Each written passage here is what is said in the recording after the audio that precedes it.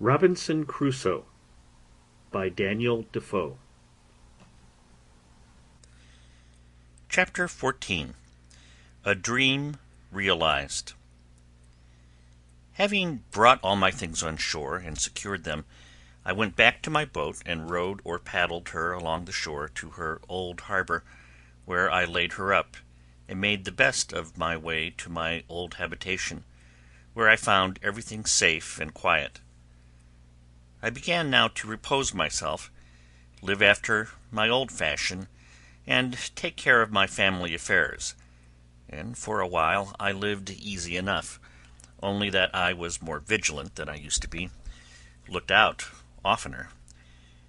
and did not go abroad so much. And if at any time I did stir with any freedom, it was always to the east part of the island,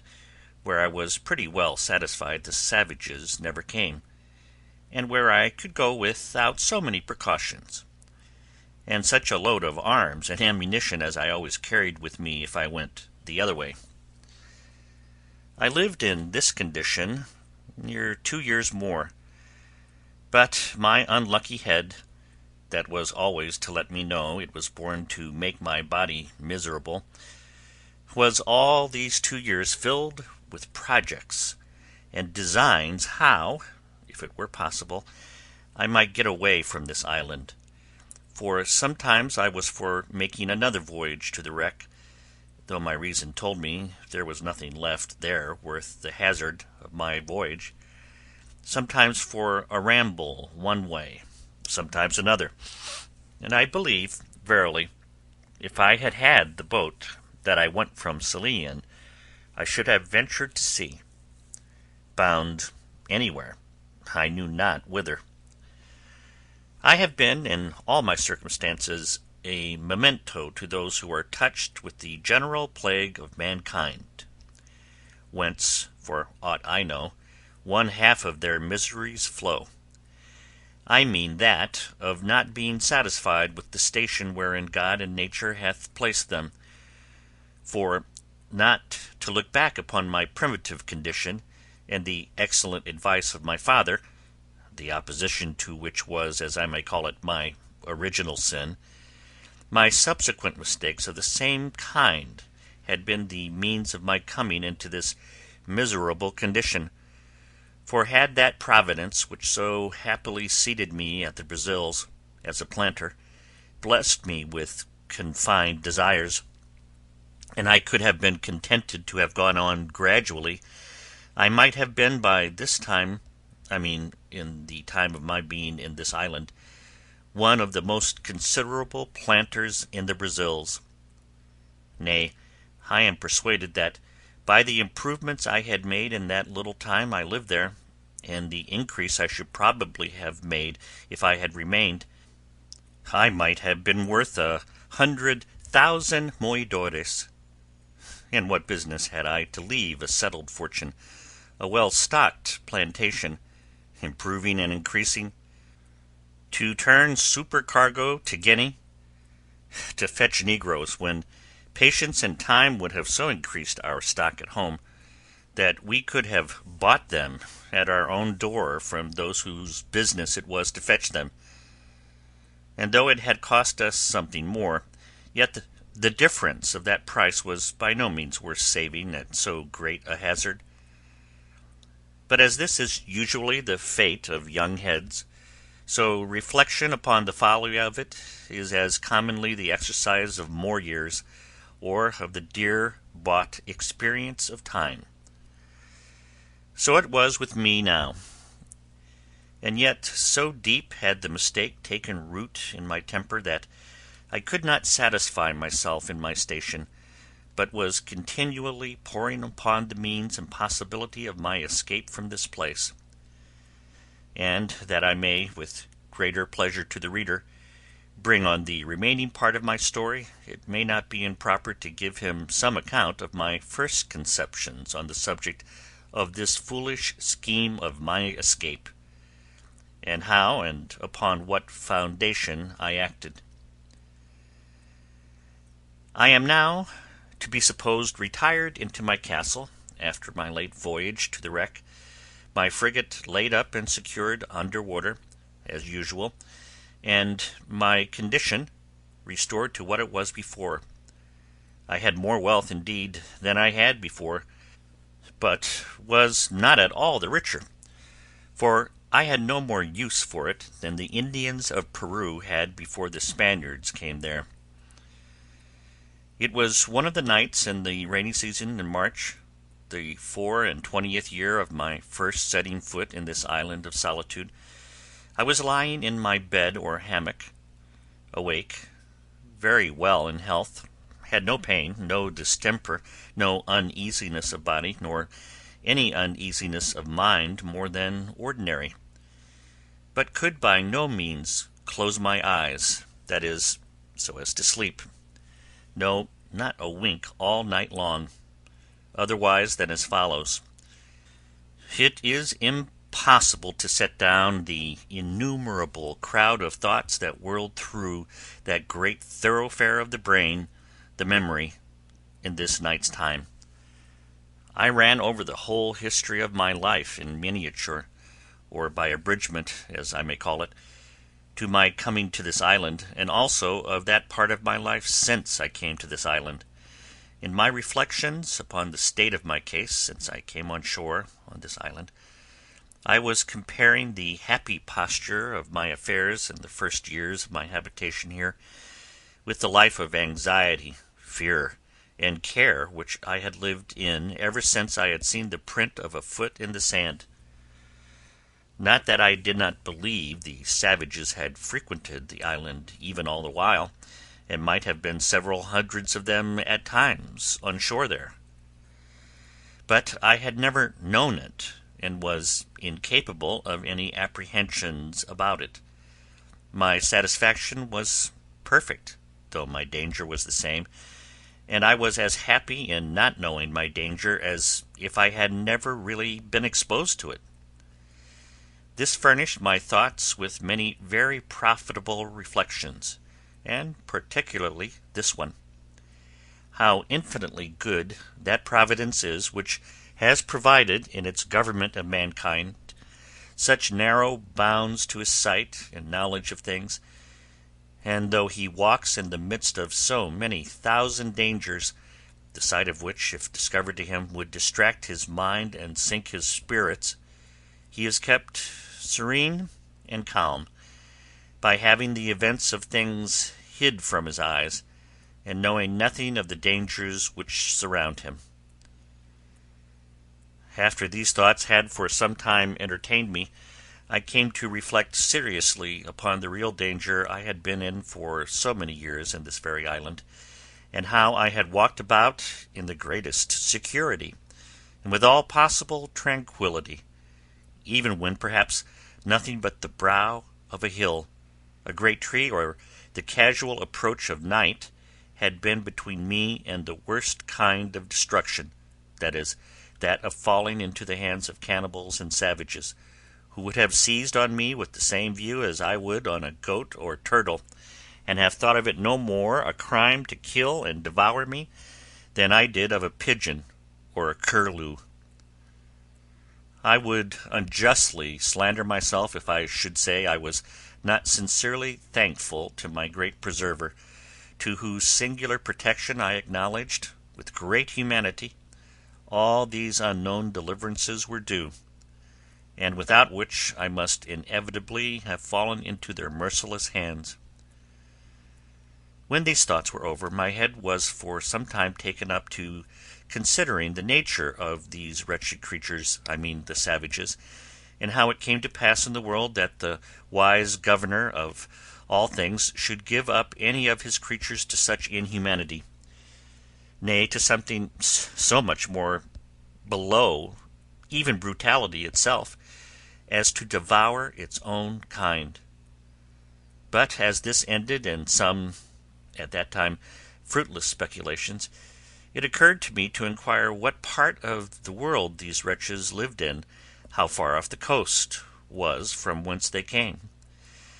what they ventured over so far from home for, what kind of boats they had, and why I might not order myself and my business so that I might be able to go over thither, as they were come to me. I never so much as troubled myself to consider what I should do with myself when I went thither, what would become of me if I fell into the hands of those savages, or how I should escape them if they attacked me. No, nor so much as how it was possible for me to reach the coast and not to be attacked by some or other of them, without any possibility of delivering myself, and if I should not fall into their hands, what I should do for provision, or whither I should bend my course. None of these thoughts, I say, so much as came in my way, but my mind was wholly bent upon the notion of my passing over in my boat to the mainland. I looked upon my present condition as the most miserable that could possibly be, that I was not able to throw myself into anything but death that could be called worse. And if I reached the shore of the main, I might perhaps meet with relief, or I might coast along, as I did on the African shore, till I came to some inhabited country, and where I might find some relief. And after all, perhaps I might fall in with some Christian ship that might take me in, and if the worst came to the worst, I could but die, which would put an end to all these miseries at once. Pray note, all this was the fruit of a disturbed mind, an impatient temper, made desperate, as it were, by the long continuance of my troubles, and the disappointments I had met in the wreck I had been on board of, and where I had been so near obtaining what I so earnestly longed for, somebody to speak to, and to learn some knowledge from them of the place where I was, and of the probable means of my deliverance. I was agitated wholly by these thoughts. All my calm of mind in my resignation to Providence, and waiting the issue of the dispositions of heaven, seemed to be suspended, and I had, as it were, no power to turn my thoughts to anything but to the project of a voyage to the main, which came upon me with such force and such an impetuosity of desire that it was not to be resisted. When this had agitated my thoughts for 2 hours or more, with such violence that it set my very blood into a ferment, and my pulse beat as if I had been in a fever, merely with the extraordinary fervour of my mind about it, nature, as if I had been fatigued and exhausted with the very thoughts of it, threw me into a sound sleep. One would have thought I should have dreamed of it, but I did not, nor of anything relating to it, but I dreamed that I was going out in the morning as usual from my castle. I saw upon the shore 2 canoes and 11 savages coming to land, and that they brought with them another savage whom they were going to kill in order to eat him, when on a sudden the savage that they were going to kill jumped away and ran for his life, and I thought in my sleep that he came running into my little thick grove before my fortification to hide himself, and that I, seeing him alone, and not perceiving that the others sought him that way, showed myself to him, and, smiling upon him, encouraged him, that he kneeled down to me, seeming to pray me to assist him, upon which I showed him my ladder, made him go up, and carried him into my cave, and he became my servant, and that, as soon as I had got this man, I said to myself, now I may certainly venture to the mainland, for this fellow will serve me as a pilot, and will tell me what to do, and whither to go for provisions, and whither not to go for fear of being devoured, what places to venture to, and what to shun. I waked with this thought, and was under such inexpressible impressions of joy at the prospect of my escape in my dream, that the disappointments which I felt upon coming to myself and finding that it was no more than a dream were equally extravagant the other way, and threw me into a very great dejection of spirits. Upon this, however, I made this conclusion, that my only way to go about to attempt an escape was, to endeavor to get a savage into my possession,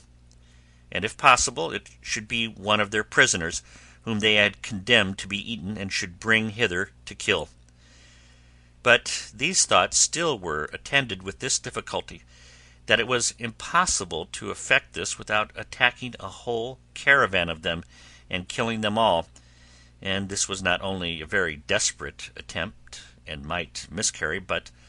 on the other hand, I had greatly scrupled the lawfulness of it to myself,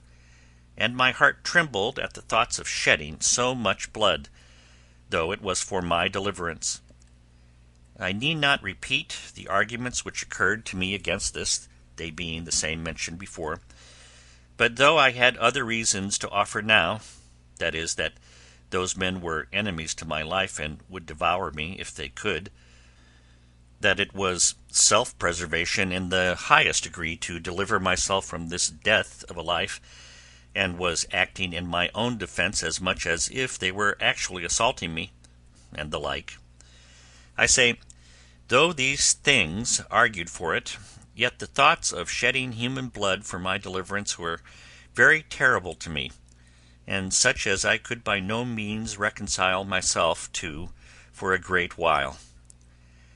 However, at last, after many secret disputes with myself, and after great perplexities about it, for all these arguments, one way and another, struggled in my head a long time, the eager prevailing desire of deliverance at length mastered all the rest, and I resolved, if possible, to get one of these savages into my hands, cost what it would. My next thing was to contrive how to do it, and this indeed was very difficult to resolve on, but as I could pitch upon no probable means for it, so I resolved to put myself upon the watch, to see them when they came on shore, and leave the rest to the event,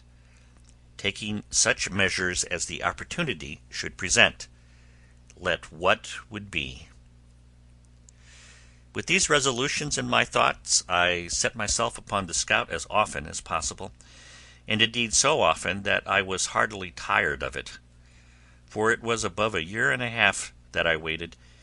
and for a great part of that time went out to the west end and to the southwest corner of the island almost every day to look for canoes, but none appeared. This was very discouraging, and began to trouble me much,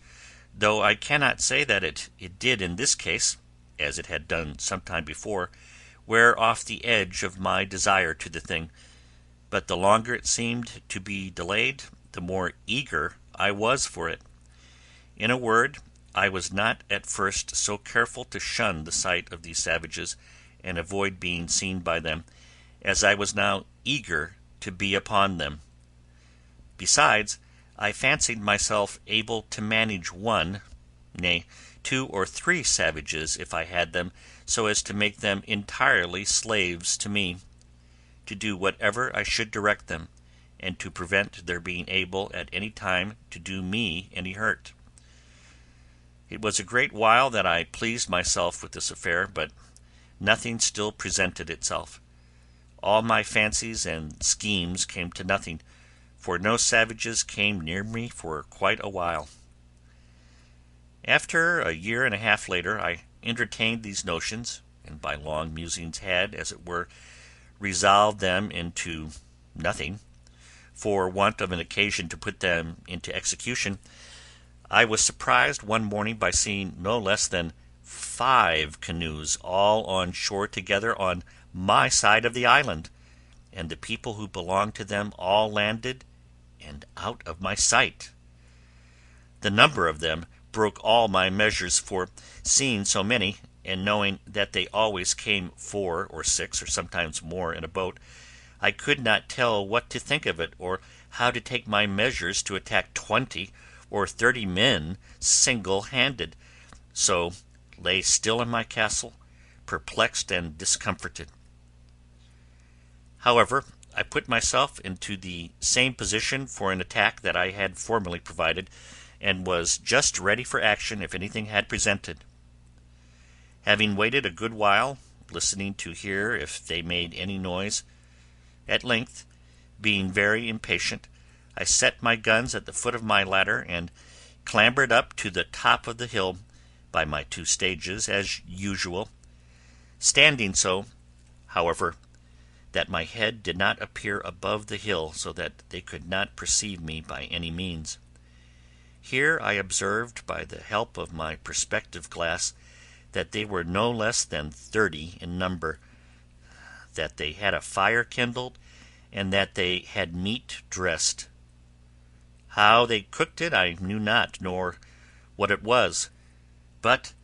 they were all dancing, in I know not how many barbarous gestures and figures, their own way, round the fire. While I was thus looking on them, I perceived, by my perspective, 2 miserable wretches dragged from the boats, where, it seems, they were laid by, and were now brought out for the slaughter. I perceived one of them immediately fall, being knocked down, I suppose with a club or wooden sword, for that was their way, and 2 or 3 others were at work immediately cutting him open for their cookery,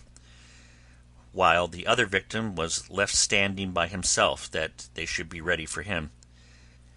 In that very moment this poor wretch, seeing himself a little at liberty and unbound, nature inspired him with hopes of life, and he started away from them, and ran with incredible swiftness along the sands, directly towards me. I mean towards that part of the coast where my habitation was. I was dreadfully frightened, I must acknowledge, when I perceived him run my way, and especially when, as I thought, I saw him pursued by the whole body, and now I expected that part of my dream was coming to pass, and that he would certainly take shelter in my grove. But I could not depend by any means upon my dream that the other savages would not pursue him thither and find him there. However, I kept my station, and my spirits began to recover when I found that there was not above 3 men that followed him, and still more I was encouraged when I found out that he outstripped them exceedingly in running, and gaining ground on them, so that if he could but hold out for half an hour, I saw easily he would fairly get away from them all. There was between them and my castle the creek, which I mentioned often in the first part of my story, where I landed my cargoes out of the ship, and this I saw plainly he must necessarily swim over, or the poor wretch would be taken there. But when the savage escaping came thither, he made nothing of it, though the tide was then up, but plunging in, swam through in about 30 strokes, or thereabouts, landed, and ran with exceeding swiftness and strength. When the 3 persons came to the creek, I found that 2 of them could swim, but the third could not, and that, standing on the other side, he looked at the others, but went no farther, and soon after went softly back again, which, as it happened, was very well for him in the end. I observed that the 2 who swam were yet more than twice as strong swimming over the creek as the fellow was that fled from them.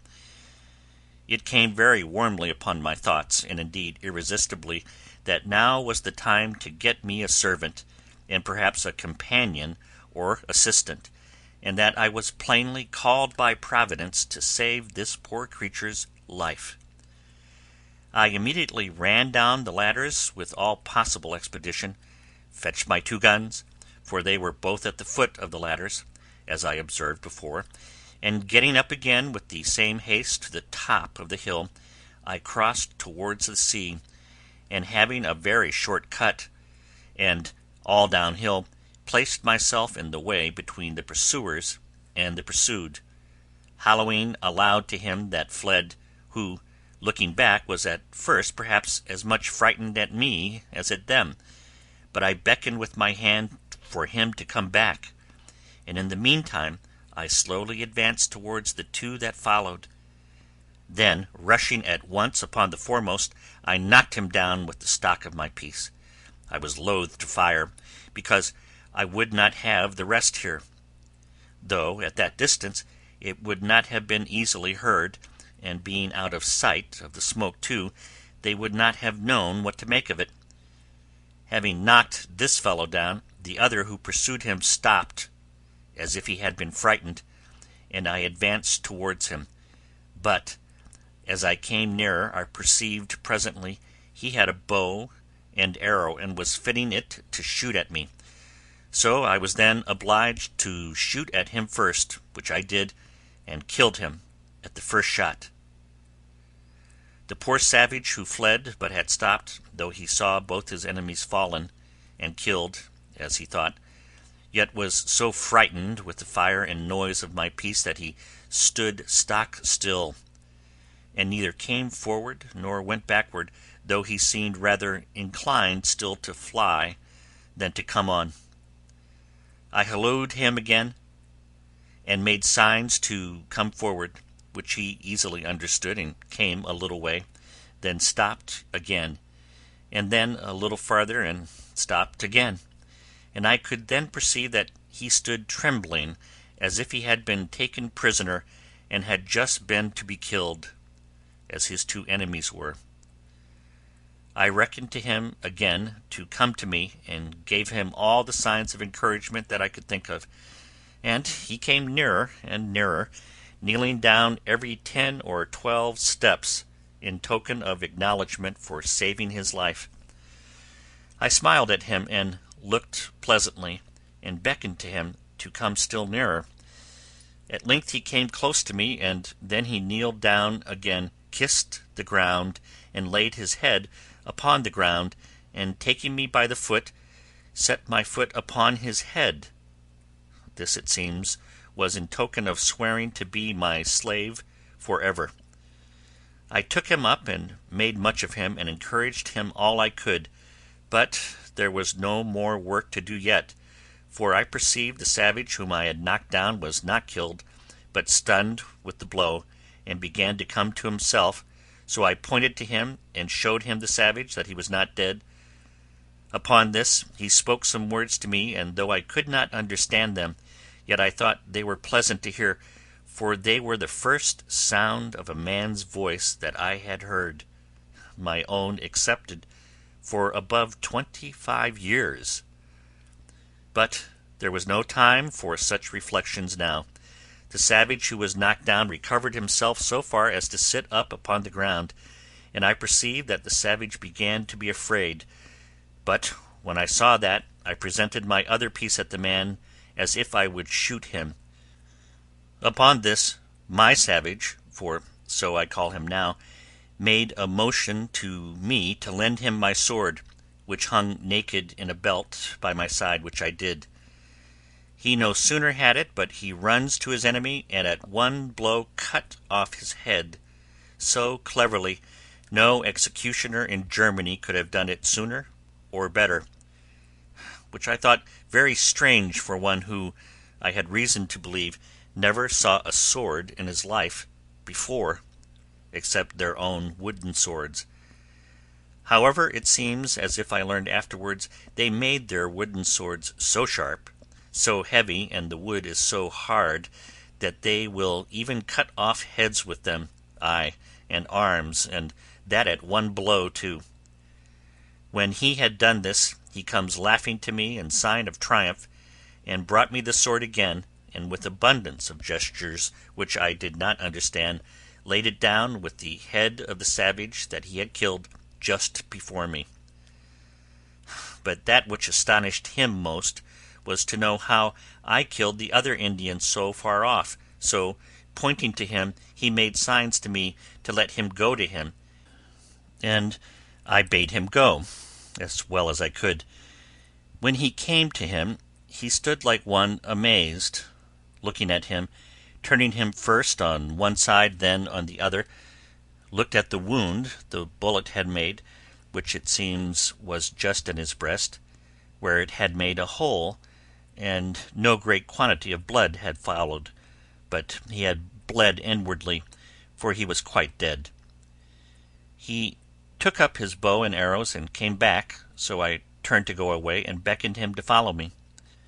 making signs to him that more might come after them.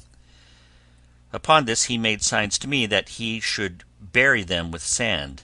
that they might not be seen by the rest if they followed, and so I made signs to him to do so. He fell to work, and in an instant he had scraped a hole in the sand with his hands big enough to bury the first in, and then dragged him into it and covered him, and did so by the other also. I believe he had buried them both in a quarter of an hour. Then, calling away, I carried him, not to my castle, but quite away to my cave, on the farther part of the island, so I did not let my dream come to pass in that part,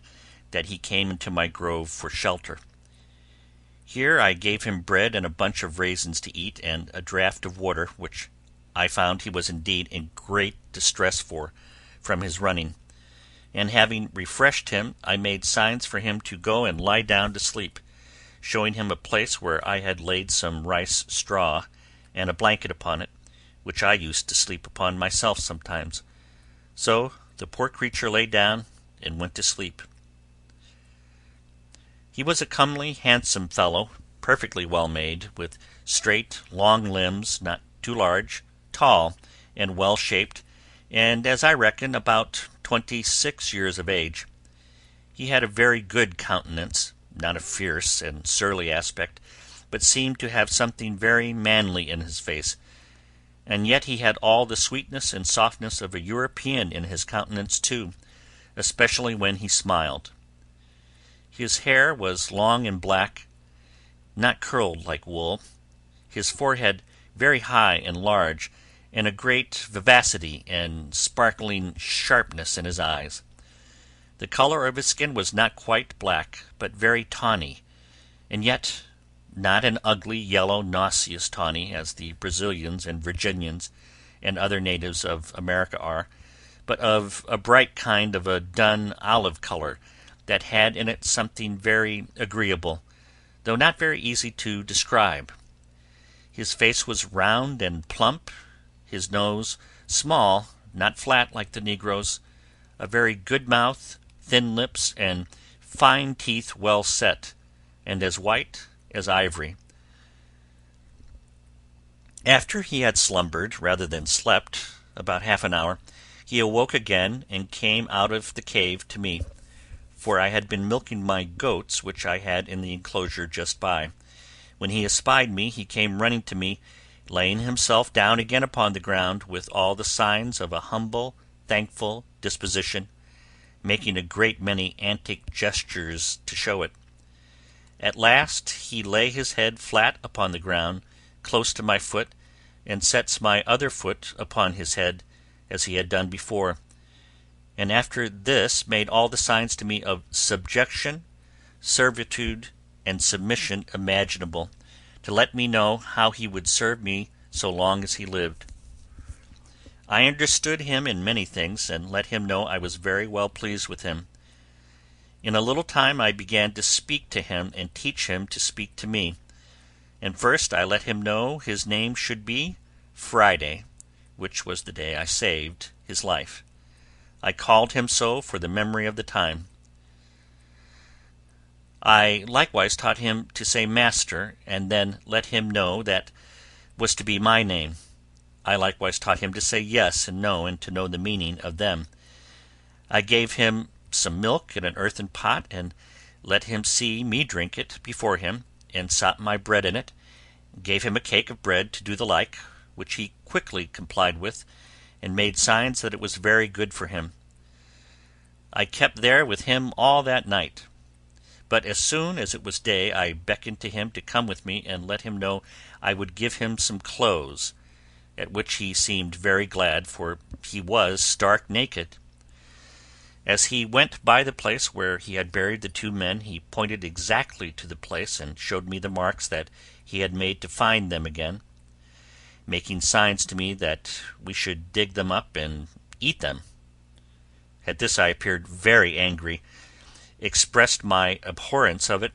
made as if I would vomit at the thoughts of it, and beckoned him with my hands to come away, which he did immediately with great submission. I then led him up to the top of the hill to see if his enemies were gone, and, pulling out my glass, I looked and saw plainly the place where they had been, but no appearance of them or their canoes, so that it was plain they were gone, and had left their 2 comrades behind them, without any search after them. But I was not content with this discovery, but having now more courage and consequently more curiosity, I took my man Friday with me, giving him the sword in his hand, with the bow and arrows at his back, which I found he could use very dexterously, making him carry 1 gun for me, and I 2 for myself, and away we marched to the place where these creatures had been, for I had a mind now to get some further intelligence of them. When I came to the place my very blood ran chill in my veins, and my heart sunk within me, at the horror of the spectacle. Indeed, it was a dreadful sight, at least it was so to me, though Friday made nothing of it. The place was covered with human bones, the ground dyed with their blood, and great pieces of flesh left there and here, half-eaten, mangled, and scorched. In short, all the tokens of the triumphant feast they had been making there, after a victory over their enemies. I saw 3 skulls, 5 hands, and the bones of 3 or 4 legs and feet, and abundance of other parts of bodies, and Friday by his signs made me understand that they had brought over 4 prisoners to feast upon, that 3 of them were eaten up, and that he, pointing to himself, was the 4th, that there had been a great battle between them and their next king, of whose subjects it seems he had been one, and that they had taken a great number of prisoners, all which were carried to several places by those who had taken them in the fight, in order to feast upon them, as was done here by these wretches upon those they brought hither. I caused Friday to gather all the skulls, bones, flesh, and whatever remained, and lay them together in a heap, and make a great fire upon it, and burn them all to ashes. I found Friday had still a hankering stomach after some of the flesh, and was still a cannibal in his nature, but I showed so much abhorrence at the very thoughts of it, and at the least appearance of it, that he durst not discover it, for I had by some means let him know that I would kill him if he offered it. When he had done this,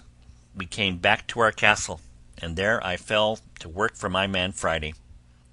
And first I gave him a pair of linen trousers, which I had out of the poor gunner's chest I mentioned,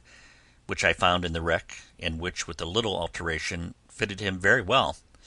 And then I made him a jerkin of goat's skin, as well as my skill would allow, for I was now grown a tolerably good tailor, and I gave him a cap which I made of hare's skin, very convenient and fashionable enough. And thus he was clothed, for the present, tolerably well, and was mighty well pleased to see himself clothed almost as well as his master. It is true he went awkwardly in these clothes at first, wearing the drawers was very awkward to him, and the sleeves of the waistcoat galled his shoulders and the inside of his arms, but a little easing them where he had complained they hurt, and using himself to them, he took to them at length very well. The next day after I came home to my hutch with him, I began to consider where I should lodge him, and that I might do well for him and yet be perfectly easy myself, I made a little tent for him in the vacant place between my 2 fortifications, in the inside of the last and in the outside of the first. As there was a door or entrance there into my cave, I made a formal framed door case, and a door to it, of boards, and set it up in the passage, a little within the entrance, In causing the door to open up in the inside, I barred it up in the night, taking in my ladders too, so that Friday could no way come at me in the inside of my innermost wall, without making so much noise and getting over that it must needs awaken me. For my first wall had now a complete roof over it of long poles, covering all my tent, and leaning up to the side of the hill, which was again laid across with smaller sticks instead of laths, and being thatched over a great thickness with the rice straw, which was strong like reeds. And at the hole or place which was left to go in or out by the ladder, I had placed a kind of trap door which, if it had been attempted on the outside, would not have opened at all, but would have fallen down and made a great noise. As to weapons, I took them all into my side every night. But I needed none of all this precaution, for never man had a more faithful, loving, sincere servant than Friday was to me. Without passions, sullenness, or designs, perfectly obliged and engaged, his very affections were tied to me, like those of a child to a father, and I dare say he would have sacrificed his life to save mine upon any occasion whatsoever. The many testimonies he gave of this put it out of doubt, and soon convinced me that I needed use no precautions for my safety on his account. This frequently gave me occasion to observe, and that with wonder, that however it had pleased God in his providence and in the government of the works of his hands to take from so great a part of the world of his creatures the best uses to which their faculties and the powers of their souls are adapted, yet that he has bestowed upon them the same powers, the same reason, the same affections, the same sentiments of kindness and obligation, the same passions and resentments of wrongs, the same sense of gratitude, sincerity, fidelity, and all the capacities of doing good and receiving good that he has given to us, and that when he pleases to offer them occasions of exerting these, they are as ready, nay, more ready, to apply them to the right uses for which they were bestowed than we are. This made me very melancholy sometimes in reflecting, as to the several occasions presented, how mean a use we make of all these, even though we have those powers, enlightened by the great lamp of instruction, the Spirit of God, and by the knowledge of his word added to our understanding, and why it has pleased God to hide the like saving knowledge from so many millions of souls, who, if I might judge by this poor savage, would make a much better use of it than we did. From hence I sometimes was led too far to invade the sovereignty of Providence, and, as it were, arraign the justice of so arbitrary a disposition of things, that should hide that sight from some, and reveal it to others, and yet expect a like duty from both. But I shut it up, and checked my thoughts with this conclusion: first, that we did not know by what light and law these should be condemned, but that as God was necessarily, and by the nature of his being, infinitely holy and just, so it could not be but if these creatures were all sentenced to absence from himself, it was on account of sinning against that light which, as the Scripture says, was a law to themselves, and by such rules as their consciences would acknowledge to be just, though the foundation was not discovered to us; and secondly, that still, as we are all the clay in the hand of the potter, no vessel could say to him, "Why hast thou formed me thus?" But to return to my new companion. I was greatly delighted with him, and made it my business to teach him everything that was proper to make him useful, handy, and helpful, but especially to make him speak, and understand me when I spoke, and he was the aptest scholar that ever was, and particularly was so merry, so constantly diligent, and so pleased when he could but understand me, or make me understand him, that it was very pleasant for me to talk to him. Now my life began to be so easy that I began to say to myself that could I but have been safe from more savages, I cared not if I was never to remove from the place where I lived. End of chapter 14.